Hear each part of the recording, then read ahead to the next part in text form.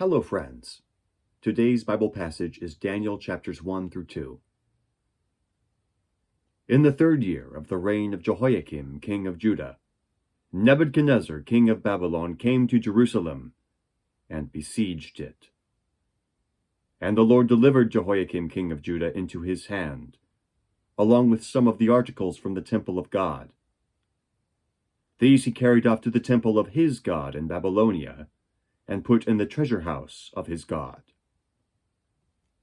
Then the king ordered Ashpenaz, chief of his court officials, to bring in some of the Israelites from the royal family and the nobility, young men without any physical defect, handsome, showing aptitude for every kind of learning, well-informed, quick to understand, and qualified to serve in the king's palace.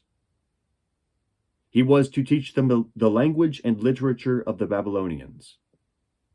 The king assigned them a daily amount of food and wine from the king's table. They were to be trained for 3 years, and after that they were to enter the king's service. Among these were some men from Judah: Daniel, Hananiah, Mishael, and Azariah. The chief official gave them new names. To Daniel, the name Belteshazzar; to Hananiah, Shadrach; to Mishael, Meshach; and to Azariah, Abednego. But Daniel resolved not to defile himself with the royal food and wine, and he asked the chief official for permission not to defile himself this way. Now God had caused the official to show favor and sympathy to Daniel. But the official told Daniel, "I am afraid of my lord the king, who has assigned your food and drink. Why should he see you looking worse than the other young men your age? The king would then have my head because of you." Daniel then said to the guard, whom the chief official had appointed over Daniel, Hananiah, Mishael, and Azariah, "Please test your servants for 10 days. Give us nothing but vegetables to eat and water to drink. Then compare our appearance with that of the young men who eat the royal food, and treat your servants in accordance with what you see." So he agreed to this, and tested them for 10 days. At the end of the 10 days, they looked healthier and better nourished than any of the young men who ate the royal food. So the guard took away their choice food, and the wine they were to drink, and gave them vegetables instead. To these 4 young men, God gave knowledge and understanding of all kinds of literature and learning. And Daniel could understand visions and dreams of all kinds. At the end of the time set by the king to bring them in, the chief official presented them to Nebuchadnezzar. The king talked with them, and he found none equal to Daniel, Hananiah, Mishael, and Azariah. So they entered the king's service. In every matter of wisdom and understanding about which the king questioned them, he found them 10 times better than all the magicians and enchanters in his whole kingdom. And Daniel remained there until the 1st year of King Cyrus. In the 2nd year of his reign, Nebuchadnezzar had dreams. His mind was troubled, and he could not sleep. So the king summoned the magicians, enchanters, sorcerers, and astrologers to tell him what he had dreamed. When they came in and stood before the king, he said to them, "I have had a dream that troubles me, and I want to know what it means." Then the astrologers answered the king in Aramaic, "O king, live forever! Tell your servants the dream, and we will interpret it." The king replied to the astrologers, "This is what I have firmly decided. If you do not tell me what my dream was, and interpret it, I will have you cut to pieces, and your houses turned to piles of rubble. But if you tell me the dream and explain it, you will receive from me gifts and rewards and great honor. So tell me the dream, and interpret it for me." Once more they replied, "Let the king tell his servants the dream, and we will interpret it." Then the king answered, "I am certain that you are trying to gain time, because you realize that this is what I have firmly decided. If you do not tell me the dream, there is just one penalty for you. You have conspired to tell me misleading and wicked things, hoping the situation would change. So then, tell me the dream, and I will know that you can interpret it for me." The astrologers answered the king, "There is not a man on earth who can do what the king asks. No king, however great and mighty, has ever asked such a thing of any magician or enchanter or astrologer. What the king asks is too difficult. No one can reveal it to the king except the gods, and they do not live among men."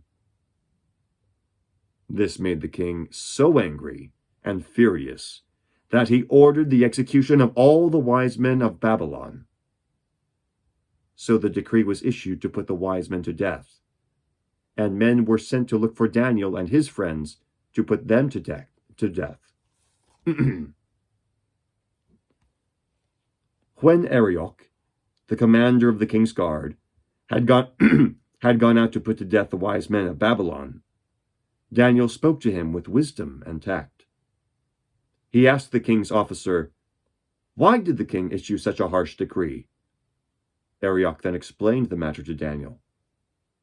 At this, Daniel went in to the king and asked for time, so that he might interpret the dream for him.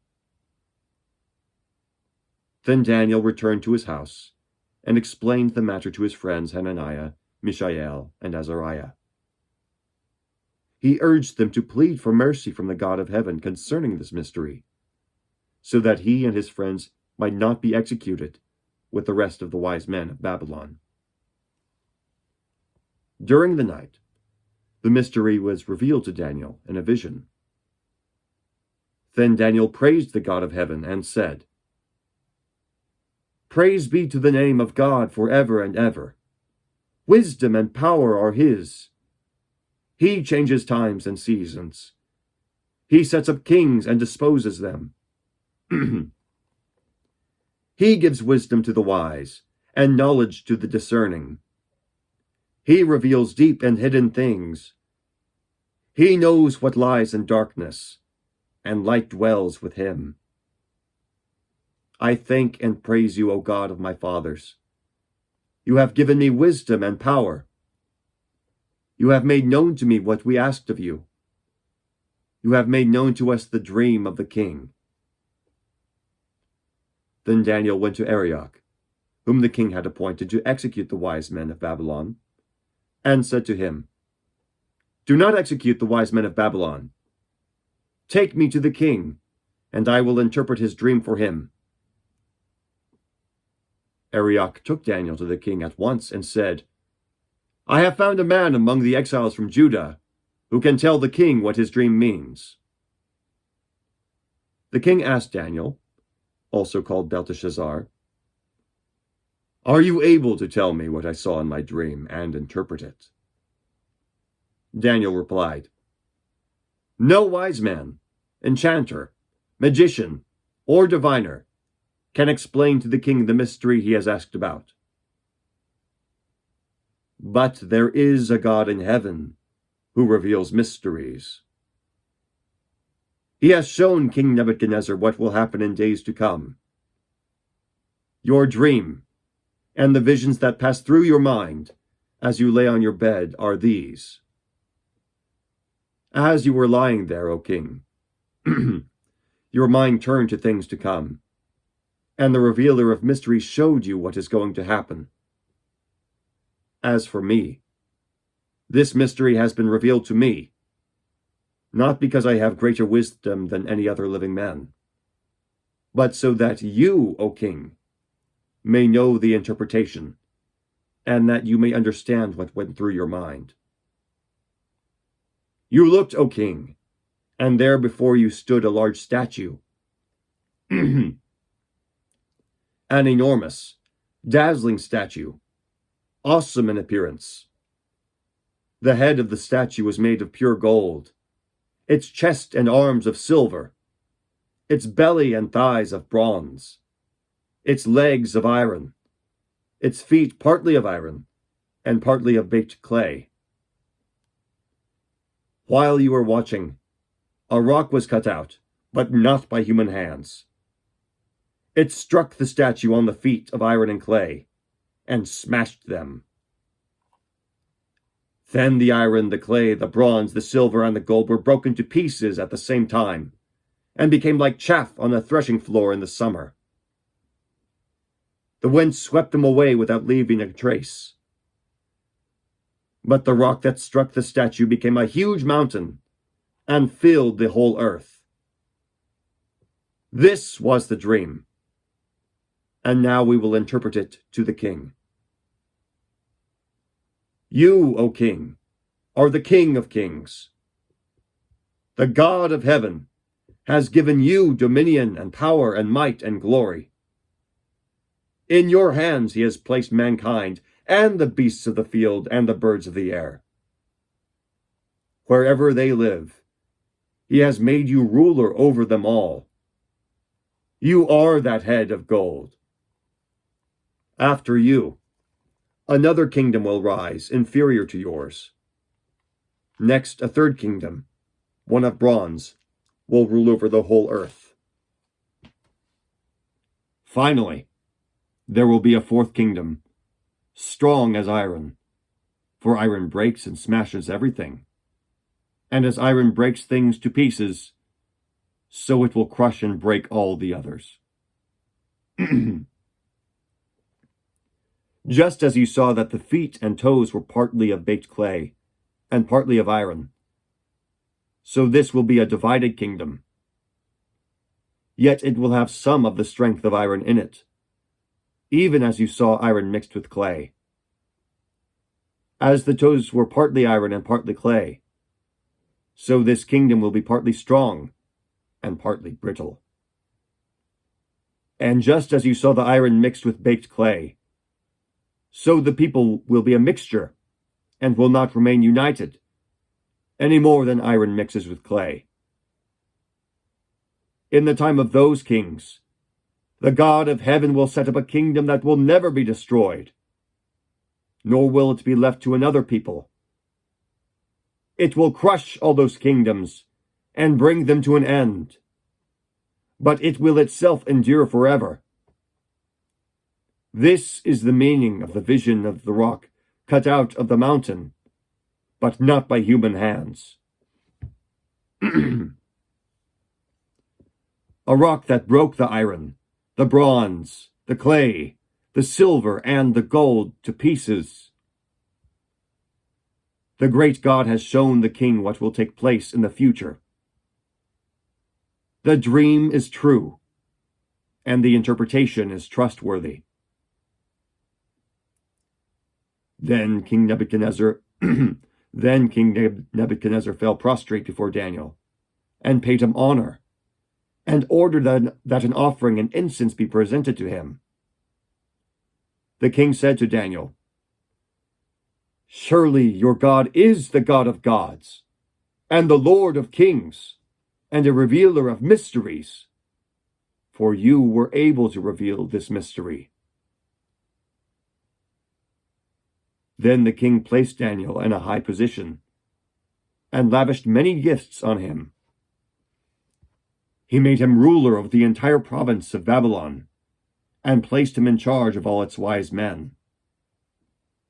Moreover, at Daniel's request, the king appointed Shadrach, Meshach, and Abednego administrators of the province of Babylon, while Daniel himself remained at the royal court. The word of the Lord. Thanks be to God. Have a great day, and drink lots of water.